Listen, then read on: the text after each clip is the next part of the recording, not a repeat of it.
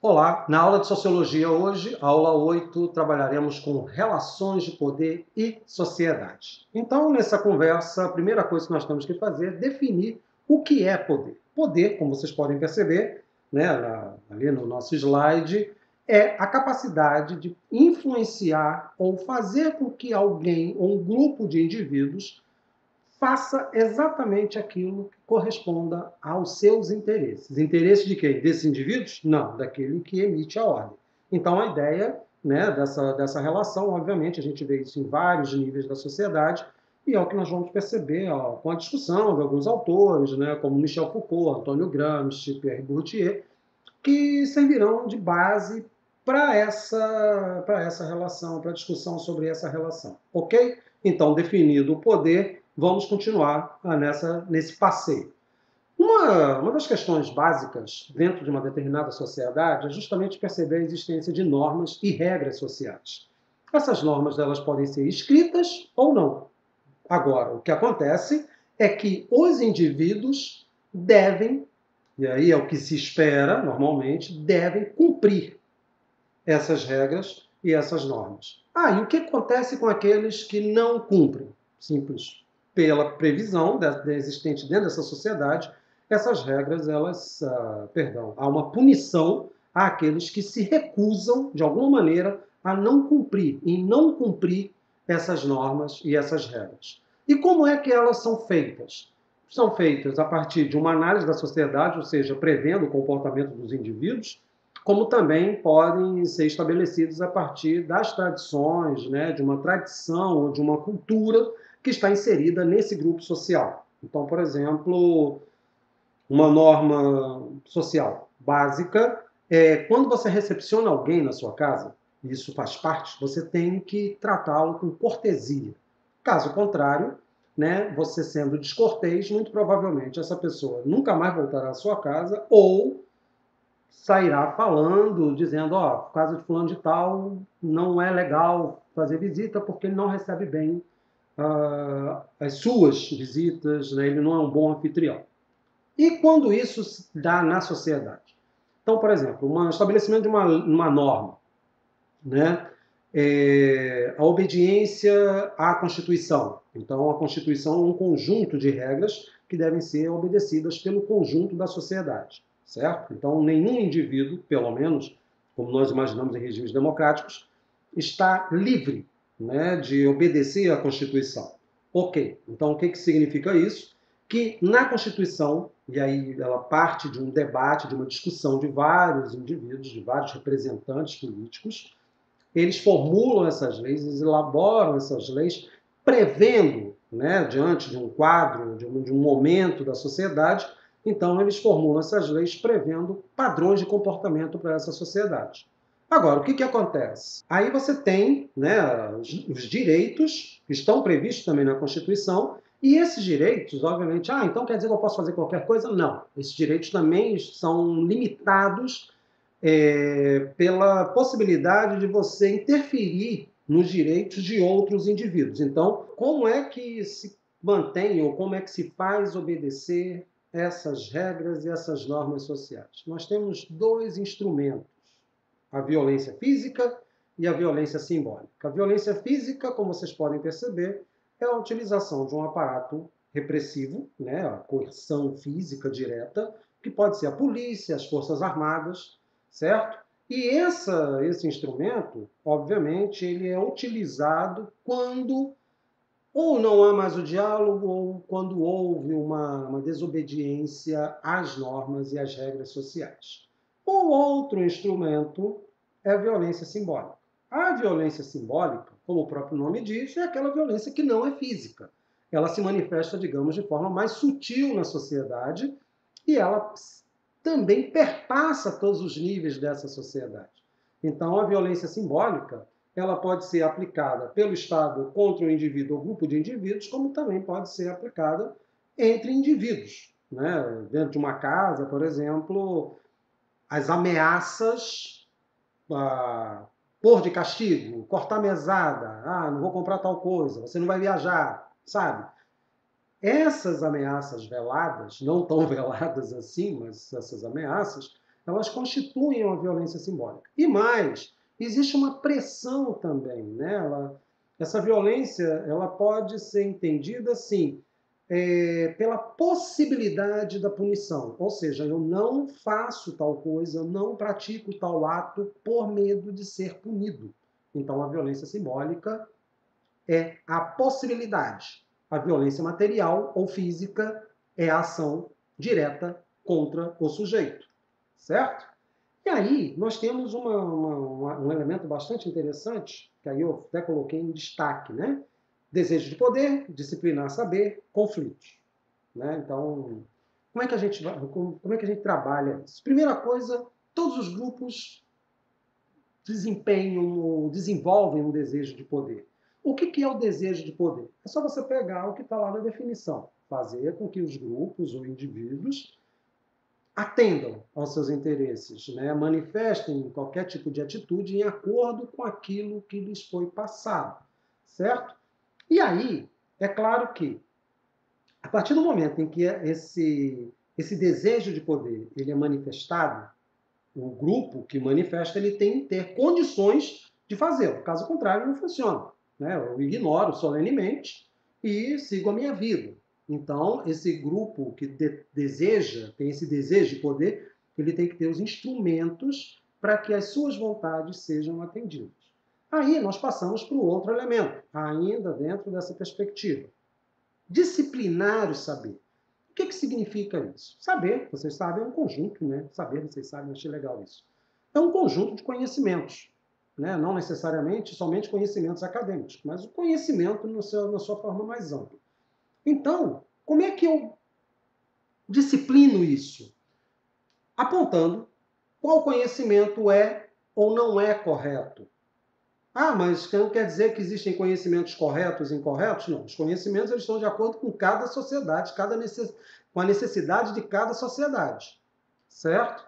Mas, de qualquer forma, os grupos que exercem o poder, exercem essa dominação, o que eles fazem? Eles tentam disciplinar isso. Então, conhecimentos dos grupos dominantes tentam se sobrepor ao conhecimento dos grupos dominados, fazendo, obviamente, que o conhecimento desse grupo dominado desapareça, ou seja, de alguma forma absorvido pelo conhecimento do grupo dominante. Correto? E aí, o que nós vamos ter? O que nós vamos enxergar nesse caso? Embora haja uma hierarquia, vamos assim supor, né, de grupos, então um grupo maior, um grupo mais poderoso, um grupo menos poderoso, não significa, por exemplo, que esse grupo menos poderoso vai aceitar pacificamente as imposições do grupo mais poderoso. E essa recusa gera conflitos. Então, a partir dos instrumentos que estão à disposição, você consegue, de alguma forma, fazer com que ou o grupo dominado aceite as condições, né, ou esse conhecimento, esse saber disciplinado, ou o grupo dominado informa, através das suas ações, que não está disposto a aceitar a disciplinação, a disciplina desse saber. Certo? Então, essa relação, ela gera um conflito, e esse conflito, exatamente, é que vai nortear as disputas entre os diferentes grupos. E aí a gente vai ver como é que cada autor analisa isso. O primeiro deles, Pierre Bourdieu, é um sociólogo, né? Ele faleceu agora no início do século XXI, para ser mais exato, em 2002, e ele traz algumas contribuições bastante interessantes. Uma contribuição oriunda do marxismo, então ele vai discutir luta de classe, vai discutir classe social, vai discutir sobre base econômica, vai trazer a questão da ideologia para esse pacote. Né? Então ele vai discutir a sociedade pelo prisma do marxismo, mas também traz sob o prisma do pensamento de Max Weber. Né? Max Weber, vocês bem sabem, já estudamos ele, sociólogo alemão da virada do século XIX para o século XX, de ideias extremamente importantes, principalmente em relação à sociedade, só que o Weber traz uma contribuição também importante, que é o aspecto da cultura como um instrumento analítico das sociedades. Então, o Pierre Bourdieu junta essas duas influências para compreender melhor as sociedades contemporâneas. porque a gente tem que entender uma coisa muito interessante em relação a isso. O sociólogo, ele se debruça nas sociedades contemporâneas. O seu objeto de análise é a sociedade dele naquele momento. Quem vai estudar outras formas de organização social, ou são os historiadores ou os antropólogos, né? Os sociólogos não, eles estudam aquele momento. Vão fazer uso da história? Com certeza vão, porque eles estão também tentando entender, tentando compreender essas mudanças ao longo do tempo. Mas, de qualquer maneira, então, né, a explicação trazida por esses sociólogos é para a compreensão da sociedade naquele momento. Isso é um aspecto bastante legal, bastante interessante, para até fornecer essas respostas. Então, o Bourdieu tem essa preocupação. E aí ele vai criar um conjunto de conceitos para poder compreender melhor essa distribuição. Né? Então, ele coloca assim, as instituições sociais e o poder. O que são as instituições sociais? São todas aquelas que fazem, digamos assim, fazem parte dessa sociedade, claro que é assim, mas são o Estado, a igreja, a escola, né, os partidos políticos, os movimentos sociais, todos eles são instituições. Né? Então, tem regras, tem normas, lembrem-se das regras e das normas.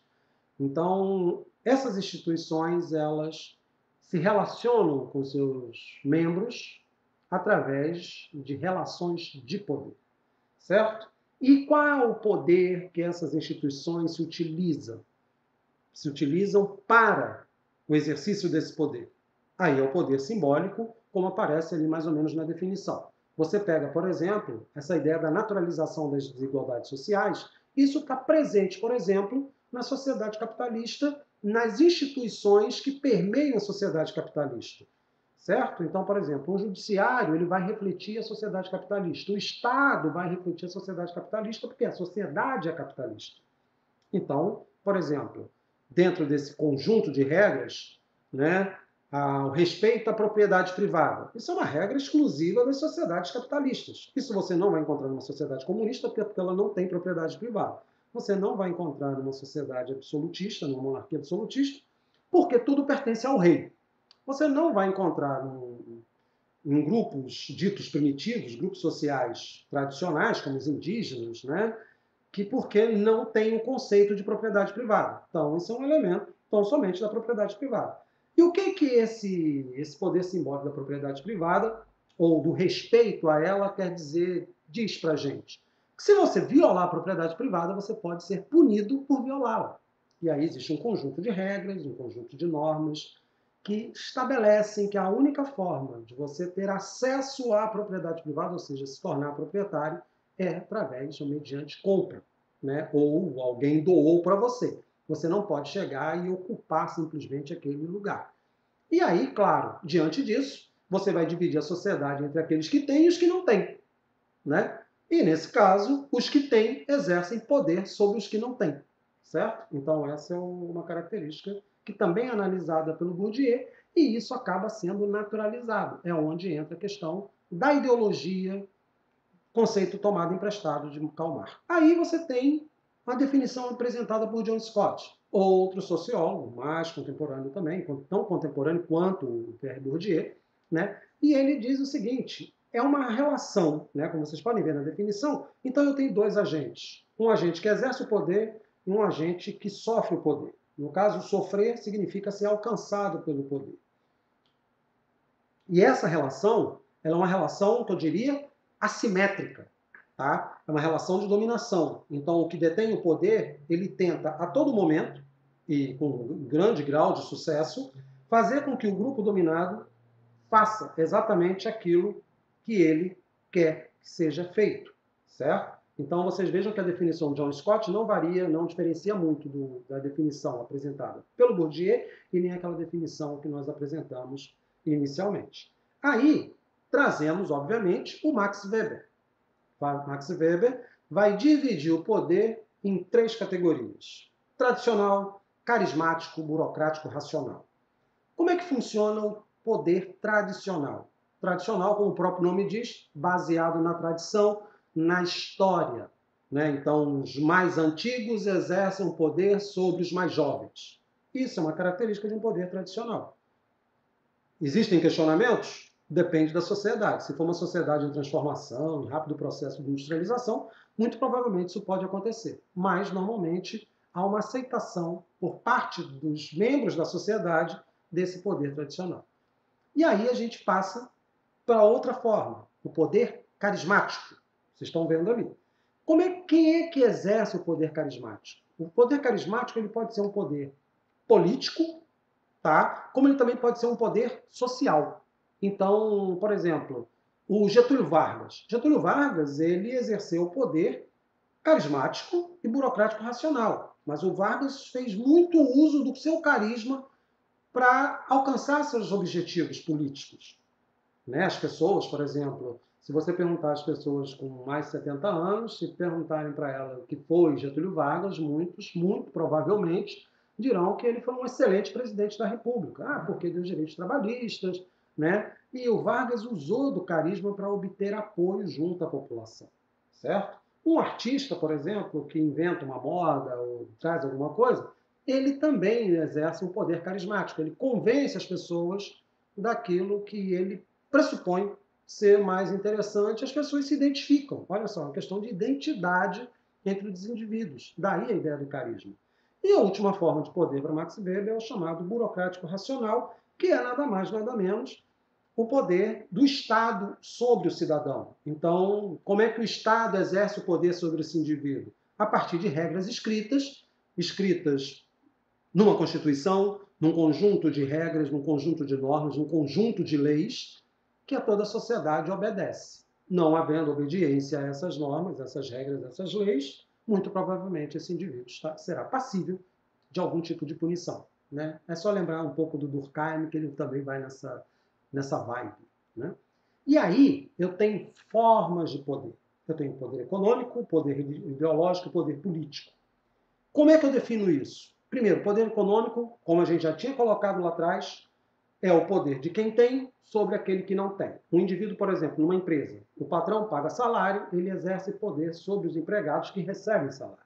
Isso é o poder econômico. O poder ideológico pode ser desempenhado das mais diferentes formas.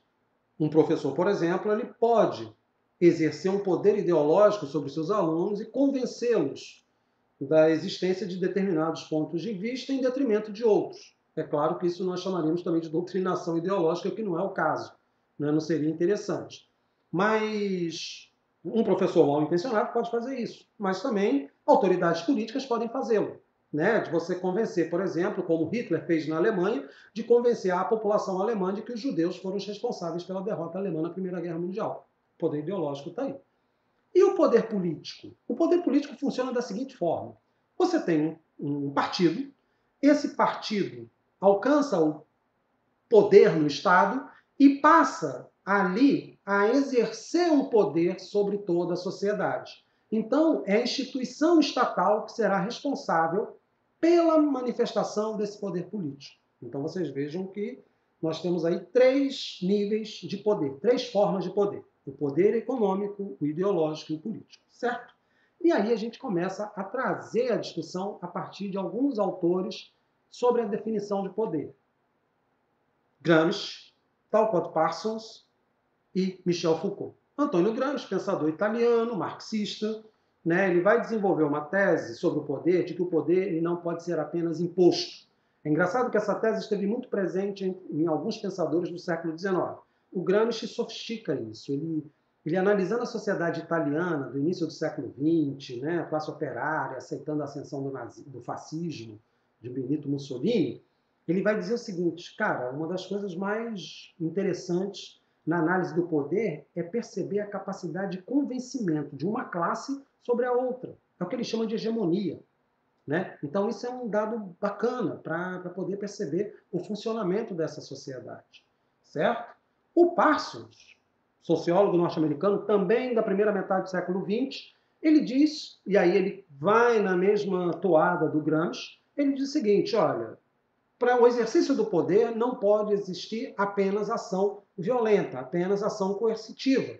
Né? Eu tenho que convencer as pessoas da validade do meu poder. Então, o pensamento de Gramsci e de Parsons não diferem muito, certo? Ambos estão entendendo que o exercício do poder se dá também pelo convencimento das pessoas. O terceiro pensador é o Michel Foucault. Né? Foucault, filósofo francês, sociólogo francês, historiador francês. Ele já vai produzir os seus textos, né, suas pesquisas, a partir da década de 60 até a sua morte no ano de 84. Né? Então, o Foucault ele desenvolve uma concepção de poder diferente dos demais. Ele diz o seguinte: tanto para Parsons quanto para Gramsci, o poder emerge ou é oriundo do Estado. O Foucault não. O Foucault diz que há uma microestrutura, relações, né, de poder que se metamorfoseiam naquilo que foi até o título de uma obra dele, de um livro chamado Microfísica do Poder. Ou seja, o poder ele se dá em diferentes pontos da sociedade. Pode ser entre o Estado e o cidadão, mas pode também ser entre cidadãos. Né? Então, não há um ponto único dentro da sociedade no qual seja a fonte desse poder, certo? Isso é um dado trazido pelo Foucault, ok? E aí a gente trabalha com as questões do Enem. A primeira questão é uma questão sobre o pensamento de Foucault, vai falar sobre a sexualidade, a outra de um sociólogo brasileiro, um historiador brasileiro, Sérgio Buarque de Holanda, cuja principal obra é Raízes do Brasil. Então vamos lá em Foucault. A questão sobre Foucault vai pegar um trecho, né, de um trecho da sua obra, A Vontade de Saber. Então isso é uma coisa bastante interessante, né, que ele discute a questão do conhecimento. E aí o comando, né, da questão, ele traz o trecho falando sobre a questão da sexualidade, na contemporaneidade, né, a censura, aos textos, às manifestações dessa sexualidade. E aí ele traz o seguinte, ó, tendo como referência os estudos sobre sexualidade em A Vontade de Saber, no qual o autor se propõe a analisar os discursos de verdade em torno da sexualidade, é correto afirmar que, então olha só o que ele está dizendo aqui, o que vocês têm que buscar na questão é compreender exatamente qual é o pensamento de Foucault sobre a sexualidade. Aí o texto vai dar uma pista sobre. Tá? Então, se ele está discutindo isso, o que ele quer dizer? Sexualidade, censura, controle. Certo? Aí a resposta correta é a letra C. Em A Vontade de Saber, o discurso sobre repressão sexual moderna é criticado por ocultar a proliferação de discursos a respeito da sexualidade. O que está dizendo aqui, gente? É só vocês perceberem o seguinte. Fala-se muito em sexo, mas fala-se pouco em sexualidade. Por quê? Porque há um entrave, há uma barreira moral para que isso aconteça. Então, a repressão, e a repressão, vocês devem lembrar, se manifesta de diferentes formas, a censura, ou seja, o controle de circulação de informações sobre, acaba fazendo com que as pessoas não tenham um conhecimento sobre sexualidade e também sobre sexo. Né? Elas acham que sabem, mas sabem pouco. Ok? E aí a gente passa para a questão sobre o Sérgio Buarque de Holanda. Um longo trecho, né, maior, como vocês podem ver, do que aquele na questão de sobre Michel Foucault, e é extraído exatamente do livro Raízes do Brasil. Nesse livro, uma breve apresentação, o Buarque ele vai analisar a sociedade colonial brasileira e cria um conceito, elabora um conceito do chamado homem cordial. Homem cordial, e aí já começa a encaminhar para a própria resposta, é aquele sujeito que se aproxima dos mais poderosos para poder garantir a sua sobrevivência. Então, muitas vezes, ele abdica da sua vontade e passa a atender à vontade desse superior como forma de proteção. Né? Então, já estou dando a resposta, porque ele diz o seguinte, um traço fundador da vida política e pública brasileira, porque aí, no caso, político e público se referem a um espaço público, né? Expressa-se segundo a análise do historiador na prevalência dos interesses privados. Então, olha só, observem bem isso. Prevalência dos interesses privados. Eu abdico da minha vontade, sofro o exercício do poder para tentar alcançar determinados objetivos, sejam eles materiais, sociais. Ok, gente? Espero que vocês tenham gostado e fiquem atentos, porque isso também pode ser um tema na redação. Beleza? Até a próxima e tchau, tchau.